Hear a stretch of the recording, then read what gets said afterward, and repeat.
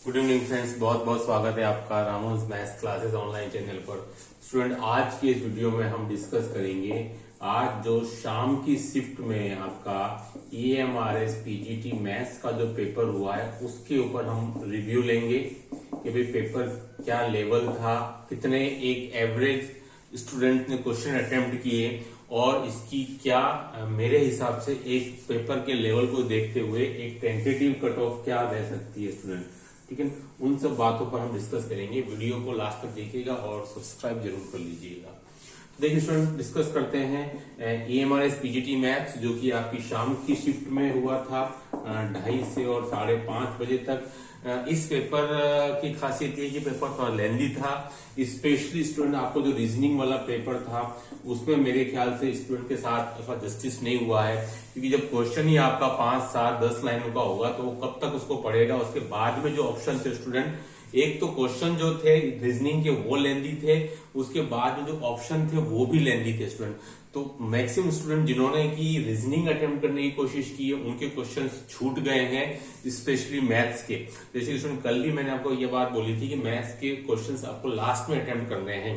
ठीक है, तो कई स्टूडेंट ने ऐसा किया भी, लेकिन जो स्टूडेंट रीजनिंग में अटक गए हैं वो मैथ्स का पूरा फायदा नहीं उठा पाए हैं।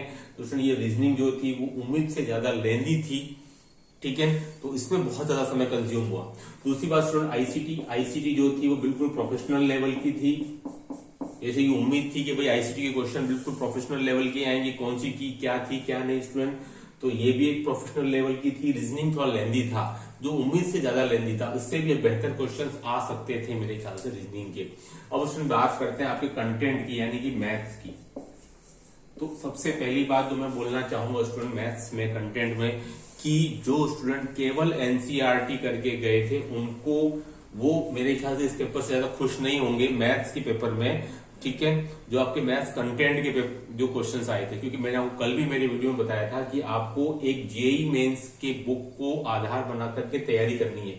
नो डाउट कुछ क्वेश्चन जो थे स्टूडेंट आपके 15 to 25 क्वेश्चन जो थे वो डायरेक्ट आपके एनसीईआरटी की बुक से भी थे, लेकिन इनसे कोई ज्यादा फर्क नहीं पड़ता है, क्योंकि मेरिट डिसाइडर जो मैंने कल भी कहा था आपको, उसके लिए वो कुछ और क्वेश्चंस बनते हैं 10 से 15 क्वेश्चन मेरिट डिसाइडर, जो 10 में से 9 स्टूडेंट अटेम्प्ट नहीं करते हैं, केवल एक स्टूडेंट अटेम्प्ट करता है स्टूडेंट। तो इसके लिए आपको मैंने बताया था कल के मेरे वीडियो में कि आईआईटी जेईई मेंस लेवल तक की बुक, एटलीस्ट जो आपकी एनडीए लेवल तक की बुक हो स्टूडेंट, वो आपको टच करनी बहुत जरूरी है। कुछ क्वेश्चन जो थे उन बुक्स में आए हुए थे वो सीधे सीधे पूछे गए थे डायरेक्ट, जो आपको एनसीईआरटी की बुक्स में नहीं मिलेंगे। ठीक है स्टूडेंट, तो कुछ स्टूडेंट को इससे सीख जरूर मिली है, भले ही उसमें लेवल जो था वो एक एनसीईआरटी तक रखा था, और कुछ क्वेश्चन डायरेक्ट आए भी थे, 20 से 25 क्वेश्चन भी थे जो आप डायरेक्ट कर सकते हैं, लेकिन कुछ क्वेश्चन ऐसे थे जो कि थोड़ी सी तकलीफ वाले थे। अगर जिस भी स्टूडेंट ने जेईई को मेंस को अपना बेस बनाया था वो मैक्सिमम क्वेश्चन अटेम्प्ट करके आया है, यानी कि मान के चलिए स्टूडेंट की उसको मैथ्स में 60 to 70% क्वेश्चन मिले हैं।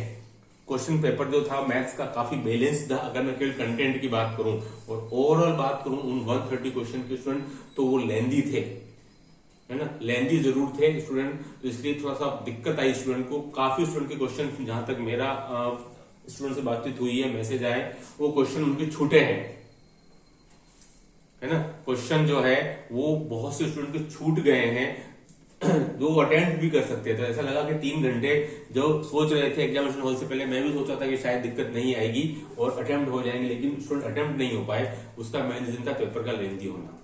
ठीक है, तो ये पहली बार EMRS के द्वारा पेपर करवाया गया है। EMRS के लिए, पीजीटी के लिए ओवरऑल कंटेंट से मैं सेटिस्फाई हूँ। ठीक ठाक पेपर था कंटेंट का, जिसने आईआईटी जेईई मेंस को टच किया है उसने क्वेश्चन अटेम्प्ट किए हैं। तो स्टूडेंट अब देखते हैं कि क्या रह सकती है टेंटेटिव कट ऑफ पेपर के पूरे लेवल को देखने के बाद में स्टूडेंट। तो मेरे ख्याल से कट ऑफ जो है स्टूडेंट वो जनरल कैटेगरी की, आई थिंक मेरे ख्याल से 53 से स्टूडेंट और 56%। ठीक है, ये स्टूडेंट मेरे ख्याल से फाइनली कट ऑफ रहनी चाहिए, फाइनली 53 से 56% फॉर आपकी जनरल कैटेगरी, क्योंकि अभी काफी सारे स्टूडेंट मान के चल रहे होंगे कि मेरे 60% क्वेश्चन सही है, 65% सही है, लेकिन जब आप आंसर की मैं खुद बनाऊंगा तो थोड़ा समय जरूर लग सकता है। ठीक है, क्योंकि पेपर अभी मुश्किल से 45 या आधे घंटे पहले ही देखने को मिला है, लेकिन स्टूडेंट के मैसेज जरूर आए थे।